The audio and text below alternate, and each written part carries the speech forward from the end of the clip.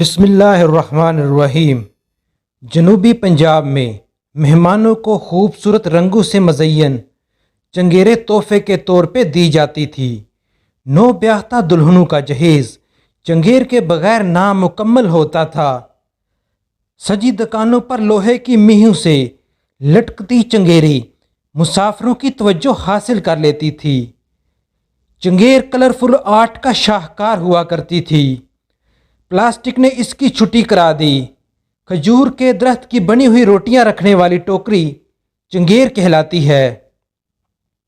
لفظ چنگیر فارسی زبان کا لفظ ہے۔ روٹیاں رکھنے کے لیے ایک قسم کی پھیلی ہوئی پیندی والی ٹوکری عموماً چنگیر کہلاتی ہے۔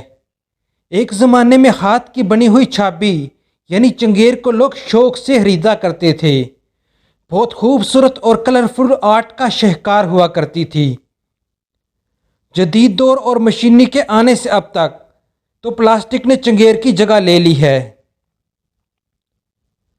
کھجور کے پتوں سے تیار کردہ چنگیریں جنوبی پنجاب کے خطے میں ثقافت کی علامت تصور کی جاتی، جنہیں آہستہ آہستہ وقت کی تیز رفتار کا جبڑا نگل گیا۔ آج کل چنگیریں شہروں میں زیادہ تر ڈیکوریشن کے لیے استعمال ہو رہی ہیں۔ اسلام آباد کے H9 بازار میں چنگیریں فروخت کرنے والے نور خان کا کہنا ہے کہ چنگیروں کی فروخت پہلے کی نسبت کم ہو گئی ہے اور اب لوگ اسے استعمال کی بجائے گھروں میں سجانا زیادہ پسند کرتے ہیں۔ نور خان کا کہنا ہے کہ چنگیروں کے بنانے پر محنت زیادہ لگتی ہے لیکن ان کا معاوضہ اچھا نہیں ملتا، جس کی وجہ سے اس دستکاری سے منسلک خواتین کی تعداد میں کمی آ رہی ہے۔